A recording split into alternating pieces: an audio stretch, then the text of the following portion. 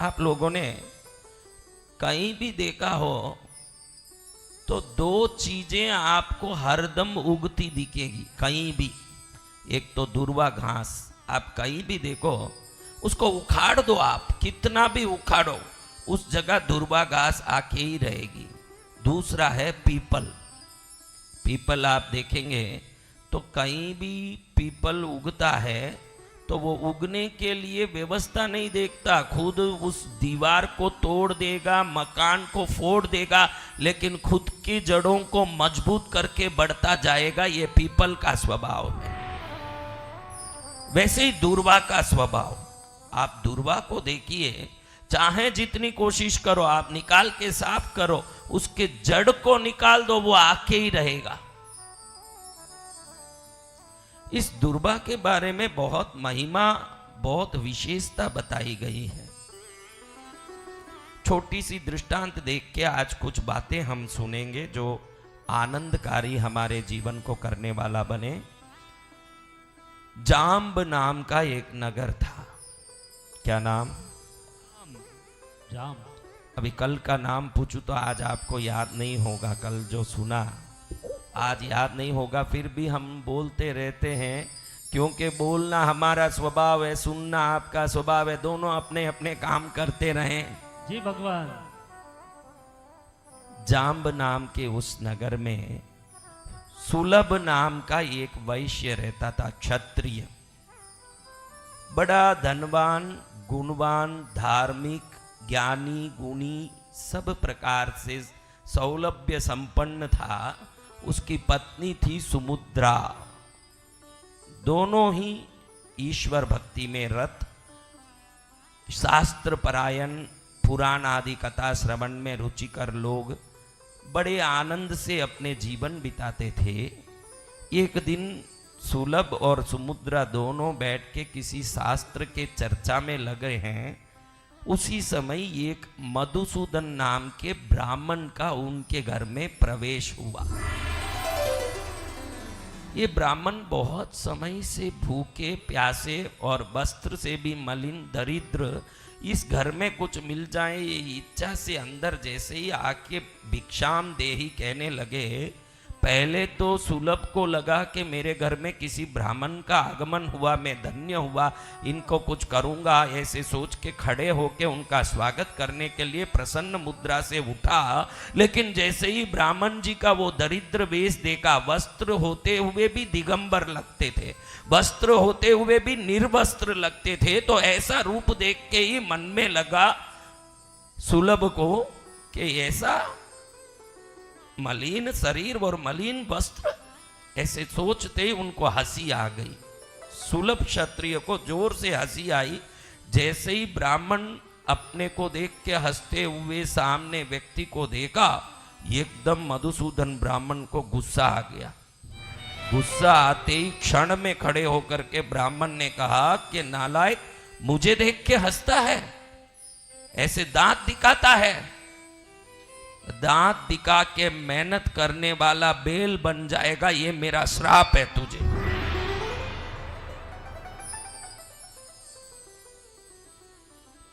जैसे ही इसने श्राप दिया, श्राप को सुनते ही पति पारायणा सती सुमुद्रा के मन में एकदम गुस्सा आ गया कि अचानक घुसा और कुछ मांगने घुसा हुआ ये व्यक्ति मेरे पति को बेल बनने का श्राप दिया। तो तुरंत वो खड़ी होके जोर से चिल्लाने लगी कि अगर मेरे पति को तूने श्राप दिया और मैं पति पारायणा सती औरत हूं तो तू भी गद्दा बन जाएगा, बार ढोने वाला, ये मेरा तुझे श्राप है। पति को क्या श्राप मिला बताइए? ब्राह्मण को क्या श्राप मिला? अब ब्राह्मण ने सुना कि मुझे गधा बनने का श्राप दिया, उसी समय उसको गुस्सा आ गया कि भाई मुझे गधा बनने का श्राप दे रही है, मुझे गधा बनने का श्राप देने वाली, मूत्र पीने वाली, विष्ठा खाने वाली चंडालन बन जाएगी तू, मेरा ये श्राप है।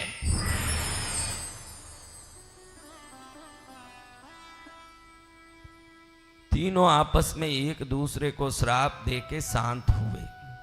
समय पूर्ण हुआ, श्राप को अपना काम करना ही था। मैं सदा आप लोगों को कहता हूं कि एक वृक्ष में बहुत सारे फल लगे हों, आप कौन सा फल तोड़ेंगे? जो कच्चा है वो तोड़ेंगे कि अध कच्चा अध पक्का तोड़ेंगे कि अच्छा पका हुआ मीठा फल तोड़ेंगे? बताइए मेरे भाइयों। अच्छा पका हुआ मीठा फल तोड़ेंगे सदगुरु भगवान। हाँ, बोलो ना, जोर से बोलिए। अच्छा मीठा पका हुआ फल तोड़ेंगे गुरुदेव। कच्चा क्यों नहीं तोड़ेंगे? कोई कारण तो बताइए। कड़वा कड़वा होगा। कहां से आई माता जी? वैसे ही बोलो। हाँ वैसे। राजस्थान से? कहां से? भादरा अर्जुन गांव से। तो माता जी कितनी सुंदर बोल रही है कि कच्चा फल नहीं तोड़ूंगी क्योंकि कड़वा है, फल कड़वा लगेगा, मीठा फल ही तोड़ूंगी। आप सबको प्रणाम करके बोलना चाहता हूं महाराज कि अगर कड़वा फल खाने में रुचि नहीं है, मीठा ही खाते हो, तो कड़वा शब्द भी दुनिया को दुख देता होगा, वो भी बोलना बंद कर दो। मीठा ही बोलना शुरू करो जीवन में। मीठा ही बोलो। जब कड़वे चीज पसंद नहीं है तो किसी को कड़वाहट कैसे लगती होगी ये सोच के बोला करो। दूसरों को कड़वाहट कैसे लगती होगी, बोलो ऐसे कि सुनने वालों को खुशी आती हो। बोलो ऐसे कि सुनने वाले प्रसन्न हो जाएं, क्योंकि जैसे वृक्षों में फल है, संसार में शब्द है। देखो कड़वे शब्द भी है कि नहीं? भगवान। आधे कड़वे आधे मीठे हैं कि नहीं? जी भगवान। पूरे मीठे शब्द है कि नहीं? हाँ। आप लोग कहते हो कि मीठे मीठे फल ही खाएंगे। आज आप ये वचन ले लो मेरे से कि मीठे मीठे शब्द ही बोलेंगे, फिर आपके जीवन में कभी कोई कर्म बंधन ही नहीं होगा। जो भी होता है शब्दों से ही होता है। जितने कर्म बंधन होते हैं सब शब्दों से ही होते हैं, बोल चाल से ही दुख बढ़ता है। जय जय गुरुदेव। और आज तो जमाना इतना खराब है कि क्षण क्षण में लड़ने वाली दुनिया है। जी भगवान। रेलवे स्टेशन में लड़ाई, बस स्टैंड में लड़ाई, एयरपोर्ट में लड़ाई, कहाँ देखो वहां गली गुच्छे में लड़ाई, कहीं देखो वहीं लड़ाई का झगड़े का एक दृश्य दिखने में आता है।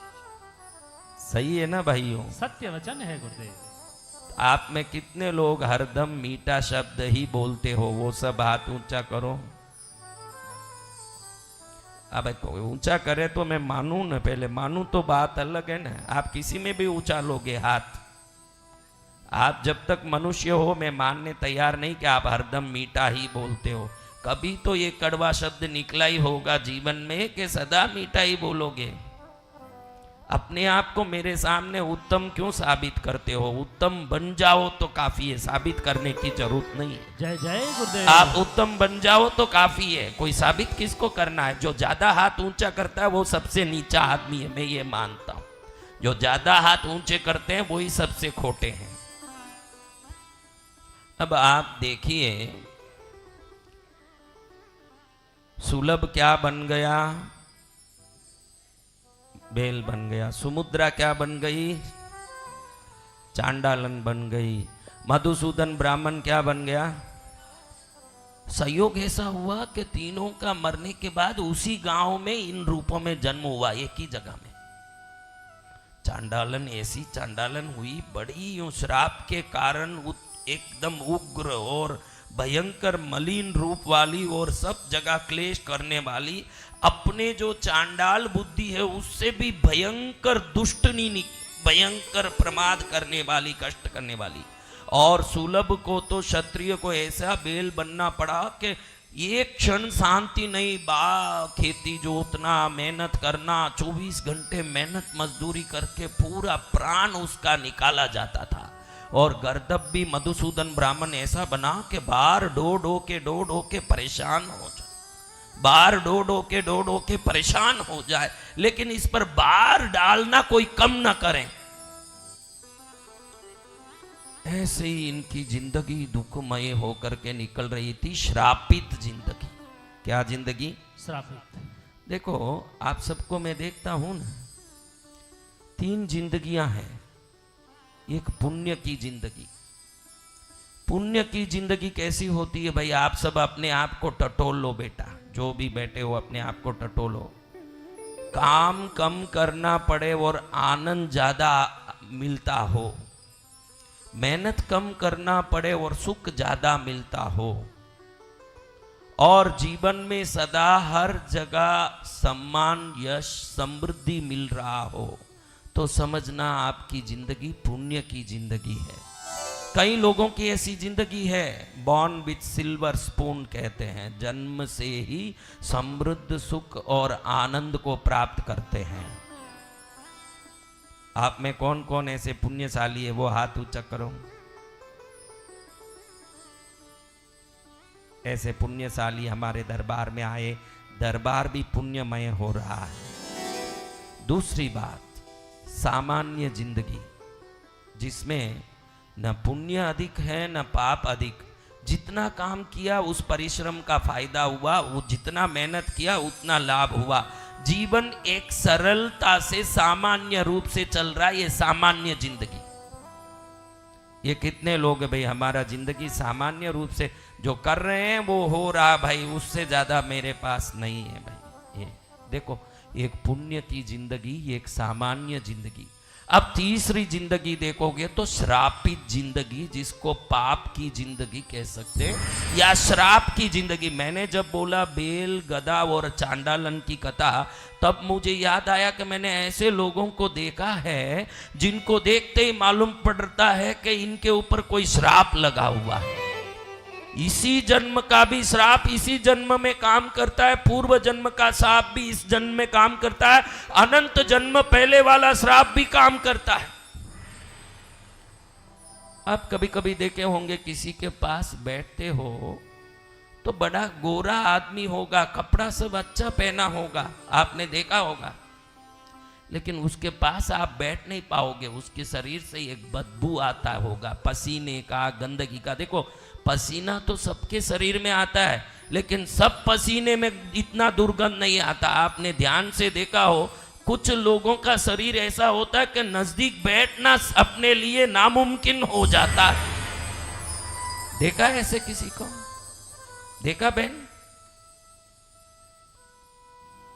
तो ये है पाप का शरीर। कौन सा शरीर? पाप का शरीर। देखो, सभी शरीर समान है, रंग में गोरा, सांवला, काला हो, लेकिन वैज्ञानिक रूप से शरीर के गठन में मनुष्य में कोई फर्क नहीं है। तो इतनी दुर्गंध कैसे आती है उस शरीर से? वो शरीर दरिद्रता को भोगने के लिए जन्मी हुई शरीर है। तो जहां दरिद्रता होगी वहां दुर्गंध होगा, न जहां समृद्धि होगी वहां सुगंध होगा। ध्यान रखना। जय जय गुरुदेव। इसलिए कहीं ये जो रईस लोग अत्तर लगा लेते हैं, परफ्यूम लगा लेते हैं, तो इसका कारण है कि वो समृद्ध हैं, तो वहां सुगंध होना जरूरी है, तो वो स्वतः ही वो काम करते हैं। आपने नहीं देखा होगा कि कोई किसान के, कोई मध्यम वर्गीय लोग ज्यादा अत्तर लगाते हैं, सेंट लगाते हैं, स्प्रे लगाते हैं। कौन लगाते हैं अत्तर, सेंट, स्प्रे? नहीं, कौन लगाते हैं? हाँ, पैसे वाले लोग लगाते हैं, है ना जी भगवान। तो पैसे वाले हैं इसलिए नहीं लगा रहे हैं, उनकी समृद्धि अपने आप अपनी व्यवस्था को पूरी कर लेती है, क्योंकि जहां समृद्धि है वहां सुगंध होना जरूरी है, तो ये अपने आप लगा के उस कार्य को पूरा करते हैं। आप ये ध्यान रखना। और जहां दरिद्रता है वो भी अपने आप अपना काम पूरा करता है। जहां दरिद्रता है वहां अपने आप दुर्गंध का व्यवस्था हो जाता है, शरीर ही वो दुर्गंध निकालता है। इसलिए मैं सदा सबको कहता हूं, आपके पास 2 कपड़े हों तो कोई तकलीफ नहीं है। कपड़े कितने हैं ये मायना नहीं रखता, रोज के रोज धो के पहना करो। कैसे भी आपको नुकसान हो, उधारी हो, अगर शरीर और वस्त्र शुद्ध रखोगे, कुछ दिन में आपके समस्याओं का समाधान मिलता देखोगे आप। सभी समस्या में सबसे बड़ी समस्या है गंदगी, ये ध्यान रखना। जो गंदा है वो समस्याओं को आकर्षित करता है, जो शुद्ध है वो समाधान को आकर्षित करता है, ये ध्यान रखना। सत्य वचन गुरुदेव। शुद्ध होगा तो समाधान स्वतः होगा। आजकल ये जीन्स पैंट एक नया आया है, क्या? भले 15 दिन पहन लो, दिखेगा नहीं कि 15 दिन वाला मामला है। पहन के रोज बैठे रहे, 3 दिन, 4 दिन, 5 दिन, 7 दिन, ये जिब्बा कुर्ता पहने हुए मूर्ख लोग हैं, क्योंकि ये दूसरे दिन तो बदलना ही पड़ेगा। अगर पहन लोगे अगले दिन दिखा देगा कि काला हो रहा है, गंदा हो रहा है। इसलिए हमारी भारतीय परंपरा में ये सफेद वस्त्र, अंग्रेजियों को देख नहीं सकते, वो ज्यादा से ज्यादा डार्क कलर के कपड़े पहनते हैं। भारतीय अधिक से अधिक सफेद वस्त्र पहनता है, क्योंकि भारतीय शुद्धि को मानता है ना, अंग्रेजी में अपने परिपालन को मानता है। अंग्रेजी को है कि कम से कम काम करें ना, ज्यादा से ज्यादा फायदा हो। भारतीय ये सोचता है कि मेरी शुद्धि ही सबसे बड़ा फायदा है मेरे लिए। ये भारतीय परंपरा है। अब मैंने बताया कि सुलभ बेल बन गया, सुमुद्रा चंडालन बन गई, मधुसूदन ब्राह्मण गधा बन गया। तीन उसी नगर में एक जगह घूम घूम के कोई ढो रहा है बाहर गधा बन के, कोई मेहनत कर रहा है बेल बन के, कोई चांडालन बन के गली गली का कचरा इकट्ठा करना, गंदा खाना, गंदा घूमना, यहाँ वहां लौटना पोटना सब कर रहे हैं। इसी समय एक दिन भाद्रपद शुक्ल पक्ष की चतुर्थी आई। वो कौन सा दिन होता है? उस दिन क्या होता है? क्या होता है? भाद्रपद महीने के शुक्ल पक्ष के चतुर्थी के दिन गणेश चतुर्थी आती है। ये पावन दिन आया। तेरे बिन कौन हमारा, थोड़ा शार्प कम करिए, बेस बढ़ाइए, थोड़ा आवाज खोलिए। आज आवाज अच्छा है। वो भाई जिसने भी आवाज सेट किया उसको धन्यवाद करता हूं, और आप भी बहुत मेहनत करके इसको संभाल रहे हो, आपको भी मेरा आशीर्वाद है। और अब ओ तारन हारे, ओ पालन हारे, तेरे बिन मेरा कोई नहीं। ओ तारन हारे, वो पालन हारे, तेरे बिन मेरा कोई नहीं। ओ तारन हारे, वो पालन हारे, ओ तारन हारे, ओ पालन हारे, तेरे बिन मेरा कोई नहीं। वो तारन हारे, ओ पालन हारे, तेरे बिन मेरा कोई नहीं।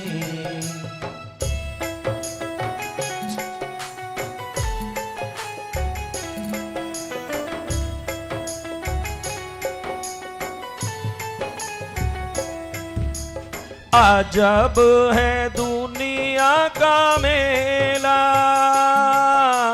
मेले में मैं स्वामी अकेला। जब है दुनिया का मेला, मेले में स्वामी मैं अकेला। अब संयोग ऐसा आया कि भाद्रपद शुक्ल पक्ष की चतुर्थी थी। गणेश चतुर्थी मनाने गली गली में गणेश की मूर्तियां स्थापित हुई, और लोग बड़े धूमधाम से उत्सव के वातावरण में सुंदर कपड़े पहन के, हाथ में मोदक दूर्वा नैवेद्य आदि थाली लेके मंदिरों में जाने लगे और सब पूजा पाठ कर रहे हैं। ये चांडालन भी इधर उधर घूमती हुई, चक्कर मारती हुई, इधर उधर भटका खा रही है। और इस समय जोर से मूसलाधार वर्षा होने लगी, एकदम भयंकर बारिश होने लगी। अब ये चांडालन देखे कि इस बारिश में मैं कहां फंस गई, इस घर में घुसने की कोशिश करे, उस घर में घुसने की कोशिश करे, बरसात से बचने की कोशिश करे। जैसे ही ये जहां घुसे देखे कि कोई चांडालन घुस रही, सब लकड़ी लेके मार के भगाने लगे, चल बाहर चल बाहर। कहीं स्थान नहीं प्राप्त करते हुए देखे कि भाई भयंकर तूफान में फंस रही है, आंधी में इधर उधर शरीर डावाडोल हो रहा है। तो देखी कि सामने गणेश जी का मंदिर दिखा, और मंदिर में पूजा पाठ की लाइन लगी, उधर लोग घुस रहे हैं। तो ये धीरे से दरवाजे के एक पास से अंदर घुस गई, अंधेरे में खड़ी हो गई, कोई ना देखे, यहाँ बरसात से बच सकूं। संयोग ऐसा हुआ कि बेल भी उसी जगह बरसात से बचने के लिए आया और गधा भी वहीं आया, और बेल गधा दोनों उस बरसात से बचने के चक्कर में वहीं इधर उधर करते हुए उस मंदिर में अंदर घुस गए। अब जैसे ही सब घुसे, चंडालन को बाहर के बरसात से इतनी ठंड लगने लगी, उसके वस्त्र भी बहुत कम थे और मलिन शरीर था, शुष्क काया थी, एकदम पतली दुबली गंदी शरीर वाली, एकदम देख रही है कि क्या होगा, अब मेरा ठंड से मर जाऊंगी। देखा कि इधर बहुत सारा घास जो भगवान गणेश को उस दिन चढ़ा हुआ था, वो चढ़ चढ़ के जो बाहर आया वो एक जगह बहुत बड़ा ढेर करके रखा हुआ है। तो इसने सोचा कि ये यहाँ जो दिया जल रहा है इससे ये घास जला लूं और इससे मैं थोड़ा शरीर सेक लूं।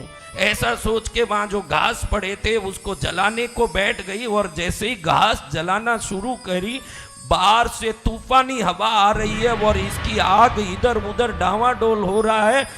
और इतने में जो घास चढ़ा हुआ था जो पहले, उसको जला के जो तापमान कर रही थी, इसके हाथ से उस घास को जलाने के चक्कर में इसके हाथ से हवा से उड़ के एक दुर्वा का घास गणेश जी के चरण में जाके गिरा।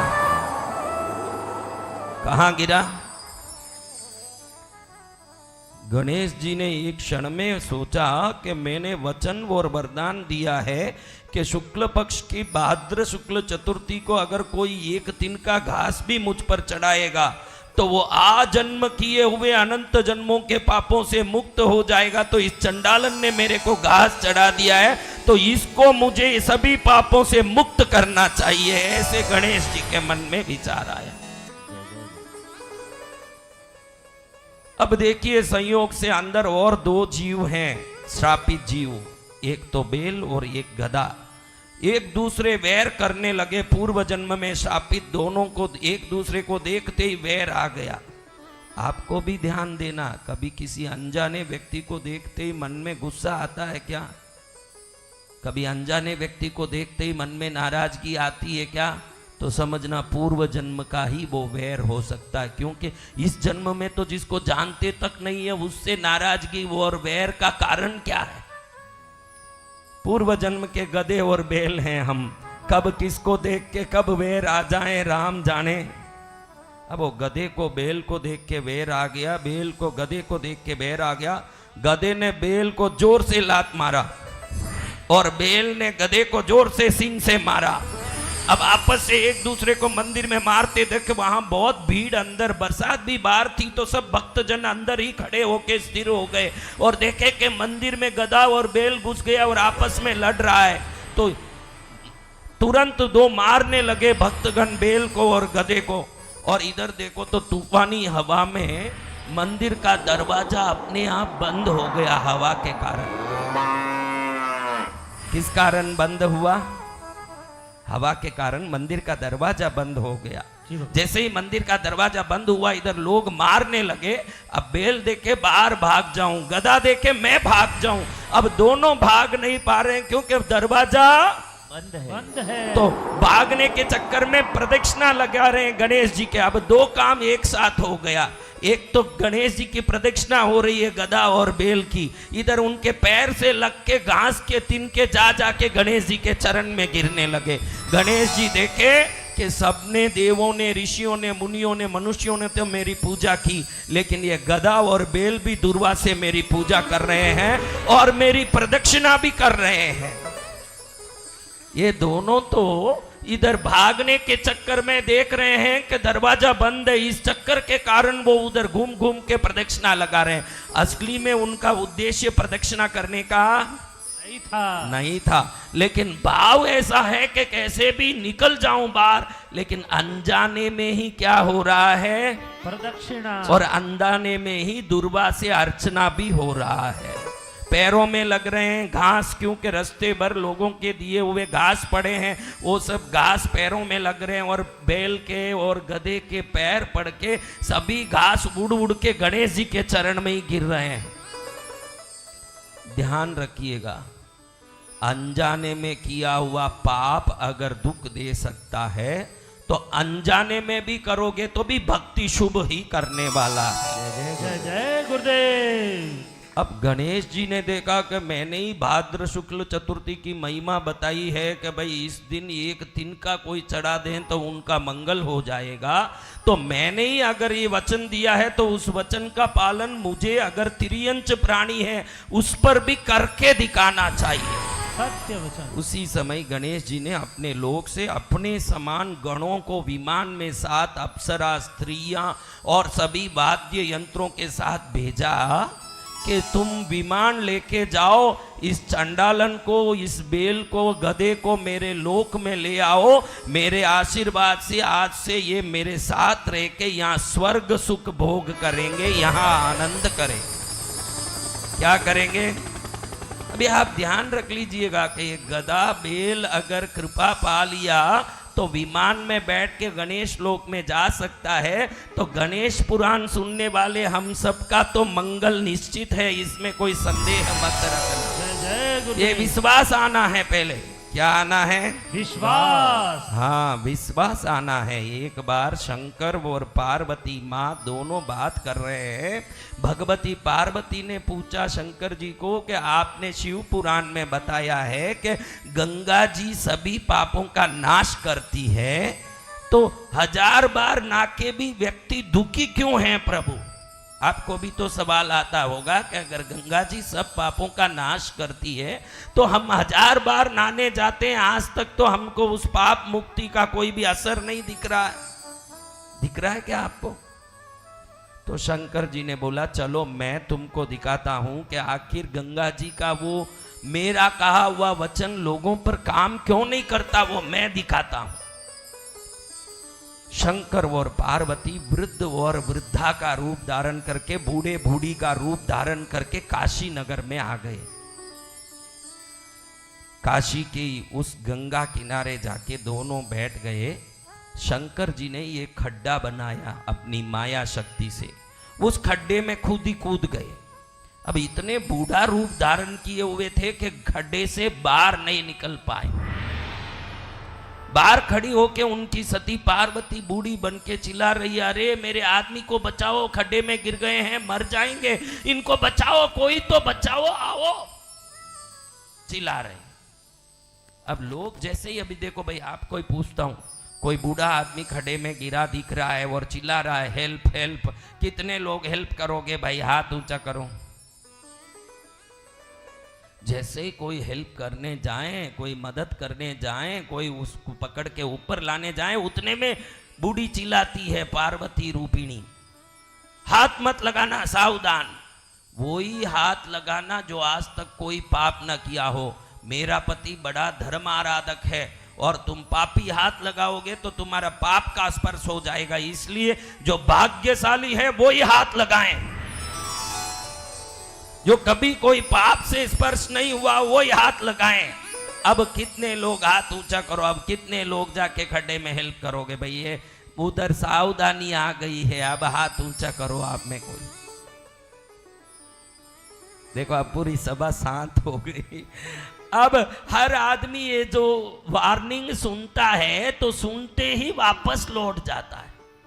वो देखे मुझे क्यों रामायण भाई, और पार्वती माँ उनको सावधान भी कर रही है, अगर तुम पापी हो ना हाथ लगाए तो जल के राख हो जाओगे, ध्यान रखना। ये अलग नया सा एक कंडीशन भी डाल रही है। अब भाई कौन कौन खड्डे से उठाने वाले हो बूढ़े को, वो सब हाथ ऊंचा करो। अब कोई सब उधर से जाएं, संध्या होने आ गई, कोई बूढ़ा अंदर पड़े पड़े करा रहा है, बचाओ बचाओ बचाओ, बूढ़ा अंदर पड़े पड़े करा रहा है, कोई हाथ लगाने वाला नहीं है, बूढ़ी भी चिल्ला रही है। इतने में एक व्यक्ति आया, सीधा आके बूढ़े को हाथ लगाने लगा। वापस पार्वती माँ ने सावधान किया, देख भाई अगर पाप किया हो तो जल के राख हो जाएगा, अगर भाग्यशाली है तो हाथ लगाना, वरना मरने की नौबत आ जाएगी, पहले ही सावधान कर देती हूँ। उसने कोई सोचा नहीं, इसकी बात कान में डाला, फटाफट हाथ डाला, उठा के बाहर खड़ा दिया। अब दोनों बाहर आने के बाद उसको धन्यवाद बोल के निकल रहे हैं, तब पार्वती माँ को शंकर जी कहते हैं, ये हम जो बैठे थे ना, यही गंगा जी से आने का रास्ता था। और जितने लोग आ रहे थे सब गंगा से नाके ही वहां आ रहे थे, लेकिन इसी को विश्वास था कि भगवान ने कहा है कि गंगा में नहाने वाले के सब पाप मुक्त हो जाते हैं, तो उसने विश्वास से हाथ लगाया। बाकी लोग नहा के भी विश्वासी नहीं होने के कारण पड़े रह गए। जय गुरुदेव। आपके सभी कर्म आचरण और अनुष्ठान के साथ विश्वास की आवश्यकता है महाराज। किस चीज की? विश्वास की। अगर विश्वास नहीं हो तो भले ही लाख करो। मैं गणेश पुराण सुनने जा रहा हूँ छाबड़ा पैलेस में, ये कथा मुझे दुख से मुक्त करेगी, ये विश्वास आ गया तो कथा तो मुक्त करेगी दुख से, आपके विश्वास भी मुक्त कर देगी आपको दुख से। सत्य वचन गुरुदेव।